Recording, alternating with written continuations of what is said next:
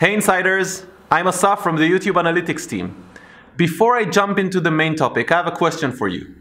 If you're using Studio Beta, specifically Analytics in Studio Beta, please let us know in the comments below what is the biggest thing that you could easily do in the classic Analytics and can no longer do in the new Studio Beta Analytics tool, either because the feature is not there or it's very hard to do. We'll be reading those comments very carefully and we appreciate your thoughts. And don't forget to subscribe. Okay, now to the main show. A couple of weeks ago I was here telling you about 3 new metrics we're working on adding into YouTube Analytics: unique viewers, impressions, and impression click-through rate. You gave us tons of feedback and comments. Thank you for all this great feedback.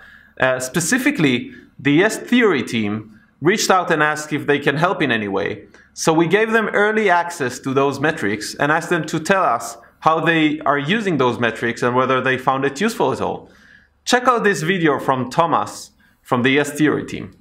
What's going on, Insiders? This is Thomas from Yes Theory. I'm currently in our little editing office in our backyard, and I'm about to try out 3 new features that are about to come out on Google Analytics in the beta. So there's impressions, there's click-through rates, and then there is unique viewers, which should be pretty exciting. So first, let's kind of define impressions. Impressions, I believe, is how many people see your thumbnail. So how many people either see it through search or in the grid or on their homepage or in the recommended page.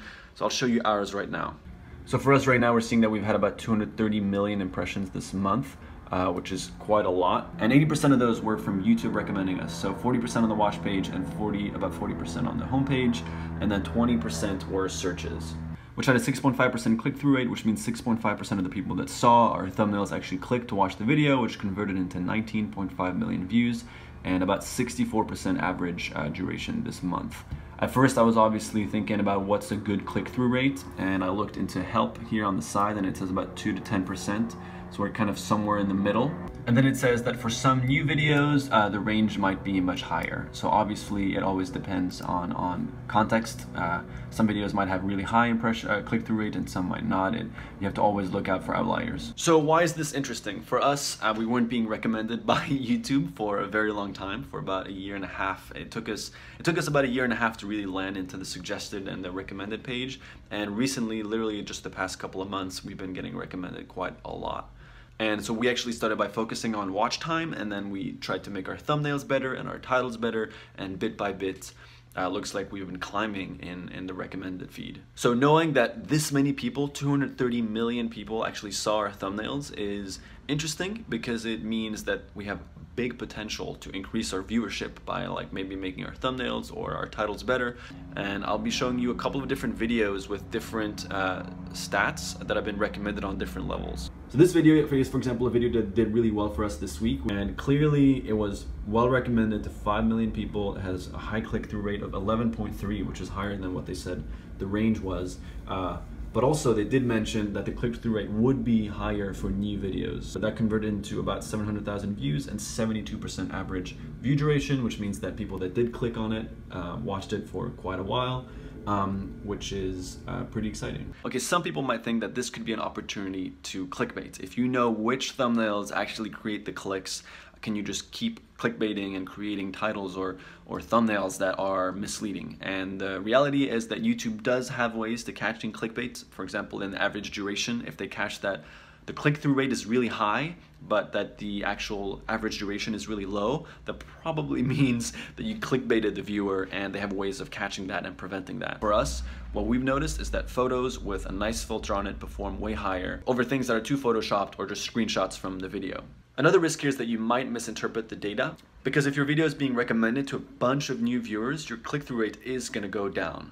So you also have to pay attention to how many impressions you have. Like, did this thumbnail get a lot more impressions than usual? That might justify the lower click-through rates. The main analytic we look at is average view duration, because that is pretty much unbiasedly telling you if people were interested in watching the video. That can be one that you should really be focused on. And for us, if we know that we're above 70%, then we know we did a good job, and we're hovering between like 60 and 75%. Now, the last interesting feature here is unique viewers. We've never known before now how many people actually watch our videos, how many are just people binging, you know, and like watching multiple videos, and how many are individual people, humans, sitting at home watching your videos.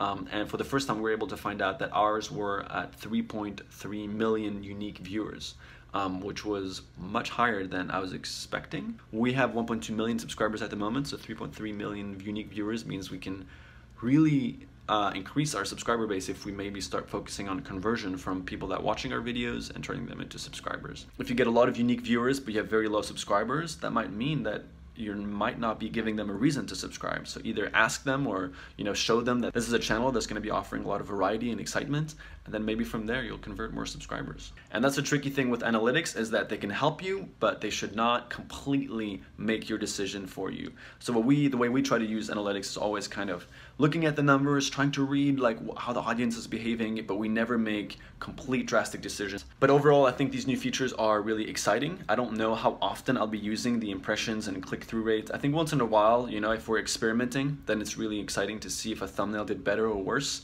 But it's not something I would go check in on every single day. That was it for us here at Yes Theory, and we'll see you later, insiders.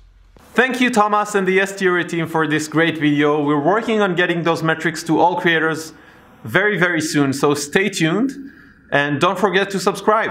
Cheers!